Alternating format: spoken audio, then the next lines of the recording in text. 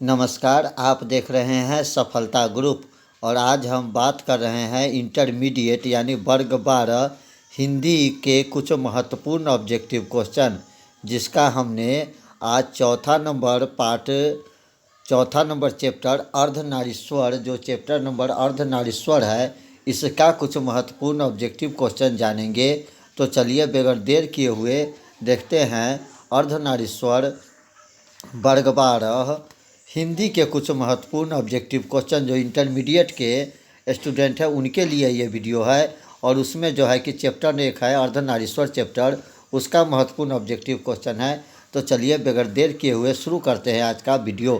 तो यहाँ पर देख लीजिए, संस्कृति के 4 अध्याय किसकी कृति है। ऑप्शन ए को देखिए गुलाबदास की, बी को देखिए हजारी प्रसाद द्विवेदी की, और सी को देखिए आचार्य सीताराम चतुर्वेदी की, और ऑप्शन नंबर डी को देखिए रामधारी सिंह दिनकर की। तो संस्कृति के 4 अध्याय जिसकी कृति है वो आपको ऑप्शन नंबर डी यानी कि रामधारी सिंह दिनकर जो है बिल्कुल सही आंसर यहाँ पर हो जाएगा। चलिए प्रश्न नंबर 2 देखते हैं। प्रश्न नंबर 2 भी काफ़ी महत्वपूर्ण क्वेश्चन है। क्वेश्चन नंबर कहता है कि कौन सी कृति रामधारी सिंह दिनकर की लिखी हुई है।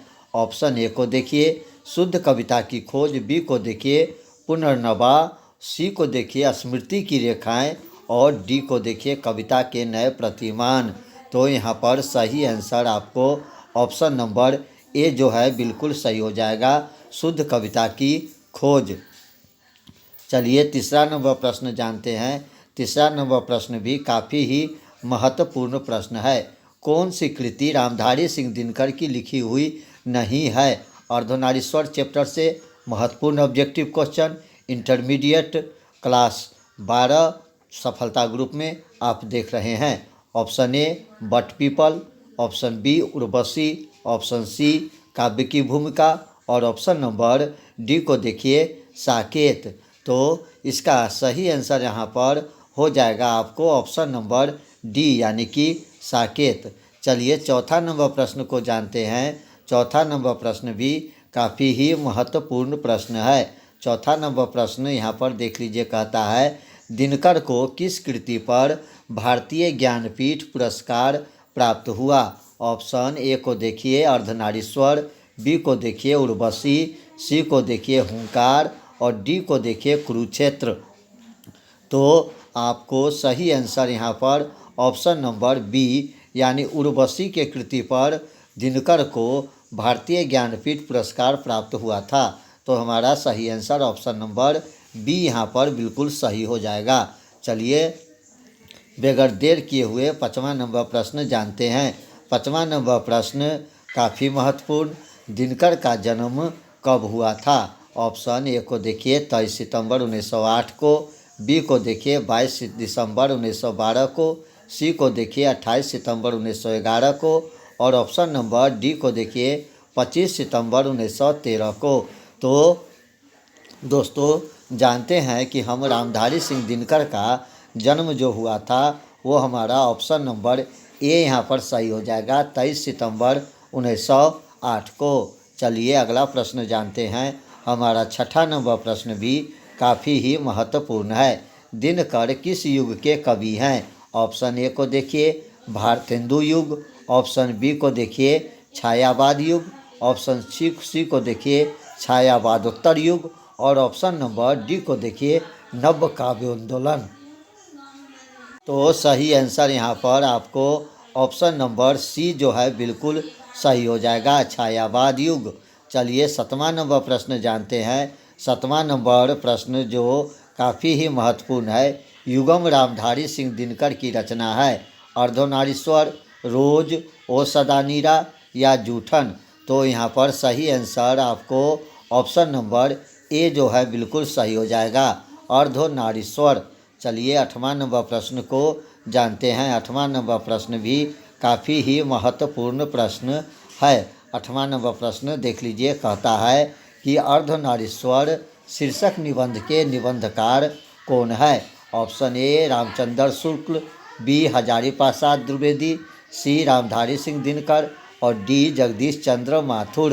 तो अर्धनारीश्वर शीर्षक निबंध के निबंधकार जो है ऑप्शन नंबर यहाँ पर हमारा सी जो है बिल्कुल सही हो जाएगा, यानी कि Ramdhari Singh Dinkar. Option number C जो है बिल्कुल सही हो जाएगा। 9वां नंबर प्रश्न जानते हैं। 9वां नंबर प्रश्न भी काफ़ी ही महत्वपूर्ण प्रश्न है। 9वां नंबर प्रश्न को देख लीजिए। 9वां नंबर प्रश्न कहता है कि कौन सी कृति रामधारी सिंह दिनकर द्वारा लिखी गई।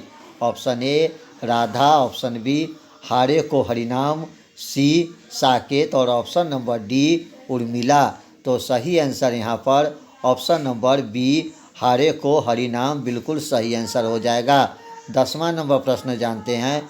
10वां नंबर प्रश्न भी काफ़ी ही महत्वपूर्ण है। कौन सी कृति रामधारी सिंह दिनकर की नहीं है। Option A Urvashi, B Neel Kusum, option C Parshuram की प्रतीक्षा और ऑप्शन डी प्रिय प्रवास। तो हमारा सही आंसर यहाँ पर ऑप्शन नंबर डी हो जाएगा, प्रिय प्रवास। 11 नंबर प्रश्न जानते हैं। 11 नंबर प्रश्न भी अर्धनारीश्वर चैप्टर से लिया गया है। आप चैप्टर बाय चैप्टर रिवीजिंग कर लीजिए, जिससे आपको पता चले कि ऑब्जेक्टिव में जो है आपका कितना सही हो रहा है, जिससे आपको जो है कि ऑब्जेक्टिव चैप्टर बाय चैप्टर याद जो कर लीजिएगा तो उसमें ज़्यादा आपको परेशानी नहीं होगा। और आप अपने एनसीईआरटी बुक को सावधानी से पढ़िए, क्योंकि हमेशा ऑब्जेक्टिव क्वेश्चन जो होता है जो आपको चैप्टर से ही वो पूछे जाता है। तो चलिए बगैर देर किए हुए देखते हैं दिनकर किस युग के कवि हैं। ऑप्शन ए को देखिए छायावादी युग के, बी को देखिए छायावोत्तर युग के, द्विवेदी युग के और भारतेंदु युग के। तो 11 का हमारा सही आंसर हो जाएगा कि दिनकर जिस युग के कवि है वो हमारा ऑप्शन नंबर यहाँ पर बी जो है बिल्कुल सही हो जाएगा। और आप अपने एनसीईआरटी बुक को जो है कि प्रत्येक चैप्टर को ध्यानपूर्वक से पढ़िए, क्योंकि अधिकतर जो है कि ऑब्जेक्टिव क्वेश्चन जो है कि चैप्टर बाय चैप्टर जो है चैप्टर के अंदर से ही आते हैं। तो चलिए 12 नंबर प्रश्न को जानते हैं। अर्धनारीश्वर किसका कल्पित रूप है। ऑप्शन ए को देखिए शंकर और पार्वती का, बी को देखिए राधा और कृष्ण का, सी को देखिए राम और सीता का और ऑप्शन नंबर डी को देखिए विष्णु और लक्ष्मी का। तो आप सभी जानते हैं कि अर्धनारीश्वर जिनका काल्पनिक रूप है वो आपको ऑप्शन नंबर ए शंकर और पार्वती का हो जाएगा बिल्कुल सही। चलिए अगला प्रश्न जानते हैं। हमारा 13 नंबर प्रश्न भी काफ़ी ही महत्वपूर्ण प्रश्न है। 13 नंबर प्रश्न कहता है दिनकर को किस कृति पर भारतीय ज्ञानपीठ पुरस्कार प्राप्त हुआ था। संस्कृत के 4 अध्याय पर, मिट्टी की ओर पर, नील कुसुम पर और उर्वशी पर। तो 13 का यहाँ पर सही आंसर आपको ऑप्शन नंबर डी यानी उर्वशी बिल्कुल सही हो जाएगा। 14 नंबर प्रश्न को जान लेते हैं। 14 नंबर प्रश्न भी काफ़ी महत्वपूर्ण प्रश्न है। 14 नंबर प्रश्न देख लीजिए कहता है 14 नंबर प्रश्न कहता है युद्ध और शांति की समस्या पर लिखी गई काव्य कृति है। नीलकुसुम, कुरुक्षेत्र, द्वंद्व गीत और रेशमी रथी। तो युद्ध और शांति की समस्या पर लिखी गई जो काव्य कृति है वो आपको ऑप्शन नंबर बी यानी कुरुक्षेत्र जो है बिल्कुल सही आंसर हो जाएगा। 15 नंबर प्रश्न जानते हैं। 15 नंबर प्रश्न भी काफ़ी ही महत्वपूर्ण प्रश्न है। 15 नंबर प्रश्न कहता है कि अर्धनारीश्वर कल्पित रूप है। ऑप्शन ए शिव और पार्वती का, बी राम और सीता का। तो सही आंसर जानते हैं। हमारा सही answer option number D Urvashi बिल्कुल सही आंसर हो जाएगा। चलिए अगला नंबर प्रश्न जानते हैं। हमारा 14 नंबर प्रश्न भी काफ़ी महत्वपूर्ण प्रश्न है। 14 नंबर प्रश्न को देख लीजिए। युद्ध और शांति की समस्या पर लिखी गई काव्य कृति कुरुक्षेत्र बिल्कुल सही आंसर हो जाएगा। 15 नंबर प्रश्न जानते हैं। 15 नंबर प्रश्न देख लीजिए कहता है अर्धनारीश्वर कल्पित रूप है। तो शिव और पार्वती का कल्पित रूप है। चलिए अगला प्रश्न जानते हैं। हमारा 16 नंबर प्रश्न जो है काफ़ी महत्वपूर्ण है। गांधारी थी। ऑप्शन ए को देखिए दुर्योधन की माँ, कृष्ण की माँ, अर्जुन की माँ या बलराम की माँ। तो आपको सही आंसर यहाँ पर ऑप्शन नंबर ए हो जाएगा, दुर्योधन की माँ। गांधारी जो थी दुर्योधन की माँ थी। तो चलिए 17 नंबर प्रश्न को जान लेते हैं। 17 नंबर प्रश्न कहता है प्रेमचंद्र थे गीतकार, कथाकार, फिल्मकार या संगीतकार। तो आपको पता होगा कि मुंशी प्रेमचंद्र एक सफल कथाकार थे, यानी कथाकार सही आंसर हो जाएगा। चलिए 18 नंबर प्रश्न को जानते हैं। 18 नंबर प्रश्न भी काफ़ी महत्वपूर्ण प्रश्न है। अर्धनारीश्वर पाठ के लेखक कौन है या अर्धनारीश्वर किसकी रचना है? नामवर सिंह की, ऑप्शन बी को देखिए रामधारी सिंह दिनकर की, सी को देखिए हजारी प्रसाद द्विवेदी की और ऑप्शन डी को देखिए रामचंद्र शुक्ल की। तो हमारा सही आंसर ऑप्शन नंबर बी यानी रामधारी सिंह दिनकर जो है बिल्कुल सही आंसर हो जाएगा। रामधारी सिंह दिनकर की रचना जो है अर्धनारीश्वर है। चलिए 19 नंबर प्रश्न को जान लेते हैं। 19 नंबर प्रश्न भी काफ़ी महत्वपूर्ण है। रामधारी सिंह दिनकर की रचना कौन सी है? उसने कहा था जूठन, तिरछी या अर्धनारीश्वर। तो यहाँ पर सही आंसर ऑप्शन नंबर डी जो है बिल्कुल सही हो जाएगा, अर्धनारीश्वर। 20 नंबर प्रश्न को जानते हैं। 20 नंबर प्रश्न भी काफ़ी महत्वपूर्ण। दिनकर जी का जन्म बिहार के किस जिला में हुआ था? समस्तीपुर, ऑप्शन बी बेगूसराय, सी पटना और ऑप्शन डी भोजपुर। तो आपको पता होगा कि रामधारी सिंह दिनकर का जन्म बिहार के जिस जिले में हुआ था वो बेगूसराय यानी ऑप्शन नंबर बी बिल्कुल सही हो जाएगा। 21 नंबर प्रश्न को जानते हैं। 21 नंबर प्रश्न भी काफ़ी महत्वपूर्ण है। अर्धनारीश्वर में किस गुण का समन्वय है? नारी का, पुरुष का, नारी और पुरुष दोनों का, इनमें से कोई भी नहीं। तो सी का हमारा सही आंसर यहाँ पर ऑप्शन नंबर सी हो जाएगा। 21 का सी हो जाएगा, नारी और पुरुष दोनों का। चलिए 22 नंबर प्रश्न को जानते हैं। 22 नंबर प्रश्न भी काफ़ी महत्वपूर्ण है। दिनकर जी की पहली काव्य पुस्तक कौन सी है? कुरुक्षेत्र, हुंकार, रसवंती या प्रणभंग। तो 22 का यहाँ पर सही आंसर आपको जो हो जाएगा ऑप्शन नंबर देख लीजिए, ऑप्शन नंबर डी जो है बिल्कुल सही हो जाएगा, प्रणभंग। तो प्राणभंग है, प्राणभंग लिखा हुआ प्राणभंग। 23 नंबर प्रश्न को जान लीजिए। 23 नंबर प्रश्न कहता है दिनकर जी की पहली कविता किस पत्रिका में प्रकाशित हुई? ऑप्शन ए छात्र सहोदर, बी छात्र पत्रिका, सी छात्र मित्र, डी इनमें से कोई भी नहीं। तो 23 का हमारा सही आंसर यहाँ पर ऑप्शन नंबर ए जो है बिल्कुल सही हो जाएगा, छात्र सहोदर। 24 नंबर प्रश्न को देख लीजिए। 24 नंबर प्रश्न कहता है दिनकर जी की पहली कविता कब प्रकाशित हुई? ऑप्शन ए को देखिए 1920, बी 1925, सी 1930 और डी 1935। तो 24 का हमारा सही आंसर ऑप्शन नंबर बी यानी कि 1925 जो है बिल्कुल सही आंसर हो जाएगा। चलिए 26 नंबर प्रश्न को जानते हैं। 26 नंबर प्रश्न भी काफ़ी ही महत्वपूर्ण प्रश्न है। 26 नंबर प्रश्न कहता है बुद्ध और महावीर ने नारी को कौन सा अधिकार दिया? ऑप्शन ए संन्यास लेने का, भिक्षुणी होने का, पति को त्याग का, इनमें से कोई भी नहीं। तो सही आंसर यहाँ पर ऑप्शन नंबर बी जो है बिल्कुल सही हो जाएगा। चलिए 27 नंबर प्रश्न को जानते हैं। 27 नंबर प्रश्न भी काफ़ी महत्वपूर्ण है। पुरुष जब नारी के गुण लेता है तब वह देवता बन जाता है, किंतु नारी जब नर के गुण सीखता है तब वह राक्षस हो जाती है। यह किसका कथन है? ऑप्शन ए को देखिए दिनकर जी का, बी को रविंद्रनाथ का, सी को प्रेमचंद्र का और डी इनमें से कोई भी नहीं। तो यह कथन जो है ऑप्शन नंबर सी बिल्कुल सही है यानी कि प्रेमचंद्र का।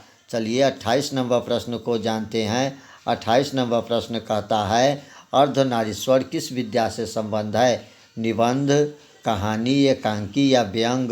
तो 28 का हमारा सही आंसर ऑप्शन नंबर सी एकांकी जो है बिल्कुल सही हो जाएगा। 29 नंबर प्रश्न को जानते हैं। 29 नंबर प्रश्न भी काफ़ी महत्वपूर्ण है। किसने अपने जीवन के अंतिम दिनों में नारीत्व की साधना की थी? गांधी जी ने, रविंद्रनाथ ने, दिनकर जी ने या उदय प्रकाश ने। तो हमारा 29 का सही आंसर यहाँ पर ऑप्शन नंबर ए बिल्कुल सही हो जाएगा, गांधी जी ने। 30 नंबर प्रश्न को जानते हैं। 30 नंबर प्रश्न भी काफ़ी महत्वपूर्ण। अर्धनारीश्वर शंकर और पार्वती के किस प्रकार का रूप है? ऑप्शन ए यथार्थ, ऑप्शन बी कल्पित, ऑप्शन सी आदर्श और ऑप्शन डी देख लीजिए वास्तविक। तो 30 का हमारा सही आंसर यहाँ पर ऑप्शन नंबर बी जो है बिल्कुल सही हो जाएगा, यानी कि कल्पित रूप है। चलिए 31 नंबर प्रश्न को जानते हैं। 31 नंबर प्रश्न कहता है, प्रेमचंद्र के अनुसार नारी जब पुरुष के गुण सीखता है तब वह क्या हो जाता है? आकर्षक, साहसी, कोमल या राक्षसी? तो सही आंसर यहाँ पर ऑप्शन नंबर डी है, बिल्कुल सही, राक्षसी। चलिए 32 नंबर प्रश्न को जान लेते हैं। 32 नंबर प्रश्न भी काफ़ी महत्वपूर्ण प्रश्न है। 32 नंबर प्रश्न कहता है, निम्नलिखित में से कौन सी रचना दिनकर जी की नहीं है? उर्वशी, रेशमीरथी, जूठन या कुरुक्षेत्र? तो सही आंसर यहाँ पर ऑप्शन नंबर सी जो है बिल्कुल सही हो जाएगा, जूठन। 33 नंबर प्रश्न को जानते हैं। 33 नंबर प्रश्न भी काफ़ी महत्वपूर्ण। निम्नलिखित में से कौन सी रचना दिनकर जी की है? सदियों का संताप, परशुराम की प्रतीक्षा, दरियाई घोड़ा या रसतल यात्रा? तो सही आंसर यहाँ पर ऑप्शन नंबर बी, परशुराम की प्रतीक्षा जो है बिल्कुल सही आंसर हो जाएगा। चलिए बगैर देर किए हुए देखते हैं दोस्तों 34 नंबर प्रश्न। 34 नंबर प्रश्न भी काफ़ी महत्वपूर्ण है। दिनकर को किस कृति पर भारतीय ज्ञानपीठ पुरस्कार प्राप्त हुआ? अर्धनारीश्वर, उर्वशी, हुंकार और कुरुक्षेत्र? तो सही आंसर यहाँ पर ऑप्शन नंबर बी जो है बिल्कुल सही हो जाएगा, उर्वशी, यानी 34 का सही answer option number B, Urvashi. चलिए 35 नंबर प्रश्न जानते हैं। 35 नंबर प्रश्न काफ़ी महत्वपूर्ण। युद्ध और शांति की समस्या पर लिखी गई काव्यकृति? तो युद्ध और शांति की समस्या पर लिखी गई काव्यकृति आपको ऑप्शन नंबर बी यानी कि कुरुक्षेत्र बिल्कुल सही हो जाएगा। 36 नंबर प्रश्न जानते हैं।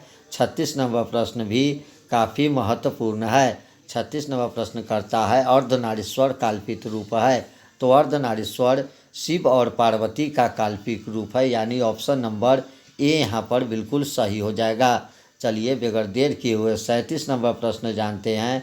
37 नंबर प्रश्न कहता है, गांधारी थी दुर्योधन की माँ, कृष्ण की माँ, अर्जुन की माँ, बलराम की माँ? तो गांधारी जो थी वो आपको ऑप्शन नंबर ए यानी दुर्योधन की माँ बिल्कुल सही आंसर हो जाएगा। 38 नंबर क्वेश्चन जानते हैं। 38 नंबर प्रश्न कहता है, प्रेमचंद्र थे? तो प्रेमचंद्र एक कथाकार थे, यानी ऑप्शन नंबर बी यहाँ पर बिल्कुल सही हो जाएगा। 39 नंबर प्रश्न जानते हैं। 39 नंबर प्रश्न भी काफ़ी महत्वपूर्ण प्रश्न है। दिनकर जी का जन्म कब हुआ था? तो ऑप्शन नंबर ए 23 सितंबर 1908 को जो है दिनकर जी का जन्म हुआ था। ऑप्शन नंबर यहाँ पर ए बिल्कुल सही हो जाएगा। चलिए बगैर देर किए हुए 40 नंबर को प्रश्न जानते हैं। दिनकर किस युग के कवि हैं? तो 40 का हमारा सही आंसर हो जाएगा, दिनकर किस युग के कवि हैं? तो रामधारी सिंह दिनकर जिस युग के कवि है वो ऑप्शन नंबर सी यानी छायावादोत्तर युग जो है बिल्कुल सही आंसर हो जाएगा। तो दोस्तों ये था आपको अर्धनारीश्वर चैप्टर से लिया गया महत्वपूर्ण ऑब्जेक्टिव क्वेश्चन जो वर्ग 12 यानी इंटरमीडिएट हिंदी के पुस्तक से लिया गया था। अगर ये आपको वीडियो अच्छा लगा तो इसे लाइक और शेयर कीजिए। अगर चैनल पर नए हैं तो सब्सक्राइब कीजिए। मिलते हैं फिर अगले वीडियो में, तब तक आप बने रहिए सफलता ग्रुप के साथ। नमस्ते, जय हिंद।